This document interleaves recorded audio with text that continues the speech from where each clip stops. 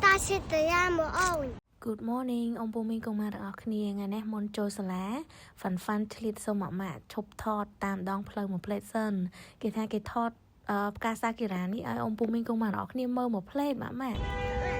Mà tụi bây giờ như cái tiếc đã cho đây thông á. Ông buông đầu tụi mình mơ tay tới nè à. គ្រាន់តែដល់រដូវផ្ការីកភ្លៀមនៅតាមដងផ្លូវនិយាយពីថាចេញពណ៌បៃតងត្រួយចេកវិញហើយភាគច្រើននៅតាមដងផ្លូវគេជួយចិត្តដាំផ្កាសាគីរ៉ានេះ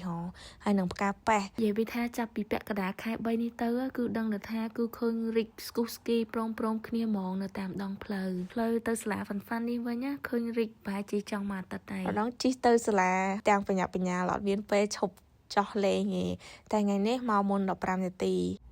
ប៉ុន្តែផ្កាអស់នេះអ្នកទាំងអស់គ្នាមិនរិចគ្រប់ខែទេដូចនៅហៃណាននៅខ្វាំងជូវអីគឺសម្បូរដើមជាងគេផ្កាកដាហើយនិងផ្កាមួយចំនួនទៀតដែលត្រូវជាមួយនឹងអាកាសធាតុក្តៅអញ្ចឹងផ្កាអស់នេះគេដាំបានតែនៅក្នុងខេត្តដែលមានអាកាសធាតុត្រជាក់ទេដូចខេត្តដែលធ្លាក់ព្រិលធ្លាក់អីហ្នឹងដឹងតែមានហើយបើសិនជាបងប្អូនទាំងអស់គ្នាចង់មកស្រុកចិនមកលេងមកមើលផ្កាសាគីរ៉ាអីមកខែហ្នឹងមកខែខ្ទង់ខែ3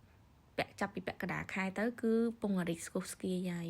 ចឹងហើយនៅតាមខេត្តត្រជាក់នៅតាមដងផ្លូវដឹងតែគេដាំមិននឹងដើម្បីលម្អហើយនៅកន្លែងដើរលេងអីគឺដាំច្រើនហ្មងតាមប៉ាត់វីដេអូនេះកាឡាហ្វាន់ជាអ្នកបញ្ចូលប៉ុន្តែហ្វាន់រវល់ទៅរៀនបាត់ហើយចឹងមានតែម៉ាក់បញ្ចូលជំនួសបដ ாய் ទៅអូឆេចឹងវីដេអូនេះក៏មានតែប៉ុណ្្នឹងឯងសូមអរគុណសូមជម្រាបលាបាយបាយ